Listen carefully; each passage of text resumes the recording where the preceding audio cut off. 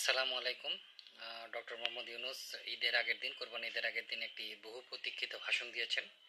যে ভাষণে উনি বাংলাদেশের রাজনৈতিক দলগুলোর দাবি নির্বাচনের একটা সময় নির্ধারণ করে দিয়ে ঘোষণা করেছেন। সেই সময়টি হচ্ছে এপ্রিলের প্রথম সপ্তাহে, এবং তিনি নির্বাচন কমিশনকে বাকি ব্যবস্থা নেওয়ার জন্য বলেছেন। এবং তিনি নির্বাচনের সম্ভাব্য মাস ঘোষণা করার ক্ষেত্রে কিছু কথা বলেছেন। আমরা কথাগুলো একটু দেখি। উনি বলেছেন, আমরা এমন নির্বাচন চাই যা দেখে অভ্যুত্থানের শহীদদের আত্মা তৃপ্তি পাবে, তাদের আত্মা শান্তি পাবে। আমরা চাই আগামী নির্বাচনে সবচেয়ে বেশি ভোটার, সবচেয়ে বেশি প্রার্থী ও দল অংশ নিক। এটা সবচেয়ে অবাধ, সুষ্ঠু, নিরপেক্ষ নির্বাচন হিসেবে জাতির কাছে স্মরণীয় হয়ে থাকুক। ডক্টর ইউনুস আসলে নির্বাচন দিতে চান না। তো বাংলাদেশের বর্তমান সময়ে সবচেয়ে শক্তিশালী এবং প্রধান রাজনৈতিক দল বিএনপির চাপে পড়ে উনি নির্বাচনের সময় ঘোষণা করতে বাধ্য হলেন। এবং উনি সময় ঘোষণা করতে গিয়ে উনি যেসব কথাবার্তা বলেছেন শহীদদের আত্মার কথা, আসলে নির্বাচন যদি হয় তাতে যেই দলই জয়লাভ করুক না কেন, যে শহীদদের আত্মা তাতে শান্তি পাবে কি পাবে না আমি জানি না, বা এই বিষয়টা অপ্রাসঙ্গিক। উনি এটা এনে আসলে নির্বাচনটা যে উনি দিতে চান না এর একটা বহিঃপ্রকাশনী বুঝালেন যে উনি আসলে শহীদদের আত্মা, কারণ শহীদদের আত্মা আসলে কিসের জন্য শান্তি পাবে এবং জুলাই অভ্যুত্থানটা কেন হয়েছিল এবং এই পরিপ্রেক্ষিতে কি হয়েছে, এটা নিয়ে এখন বিভিন্ন ধরনের মতবাদ তৈরি হয়ে গেছে। তো ডক্টর ইউনূসের এই কথায় বোঝা যায় যে উনি আসলে নির্বাচনটা দিতে যাচ্ছেন না, কিন্তু এখন বাধ্য হয়ে চাপে পড়ে উনি নির্বাচনের একটা দিনক্ষণ ঘোষণা করলেন। এবং উনি এই নির্বাচনের দিনক্ষণ ঘোষণা করতে গিয়ে উনি বলতে চাইলেন যে আগামী নির্বাচনে সবচেয়ে বেশি ভোটার, সবচেয়ে বেশি প্রার্থী এবং দল অংশ নিক। এটা সবচেয়ে অবাধ ও সুষ্ঠু নির্বাচন হিসেবে যাদের কাছে স্মরণীয় হয়ে থাকুক। এখন কথা হচ্ছে যে বাংলাদেশে আরেকটা বৃহৎ রাজনৈতিক দল যার বিরুদ্ধে গণ অভ্যুত্থানটা গত 24শে জুলাই মাসে যে গণ অভ্যুত্থানটা সংগঠিত হয়েছে, আওয়ামী লীগ এখন নিষিদ্ধ। আমরা যদি ধরে নিই যে আওয়ামী লীগের ভোটার সংখ্যা 20%, তাহলে 20% ভোটার অলরেডি বাদ।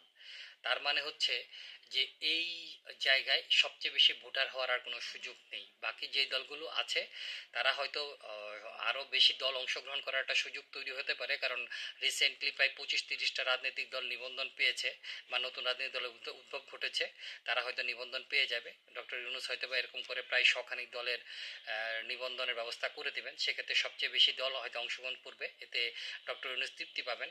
আর হচ্ছে যে সবচেয়ে বেশি প্রার্থী, হ্যাঁ সবচেয়ে বেশি প্রার্থীও হয়তো বা অংশ নেবে, কারণ এই কিংস পার্টির অর্থাৎ ডক্টর ইউনূসের যে মানে মধু ছড়ানো, সেই মধু পেয়ে হয়তো বা অনেকে ডক্টর খুশি করার জন্য এই নির্বাচনে অংশ নিতে পারে। সেক্ষেত্রে অনেক প্রার্থী অংশ নিতে পারে, কিন্তু অনেক প্রার্থী অংশগ্রহণ করা এবং অনেক দল অংশগ্রহণ করা তা কিন্তু আসলে নির্বাচনের সৌন্দর্য না। নির্বাচনের সৌন্দর্য হচ্ছে প্রতিদ্বন্দ্বিতা।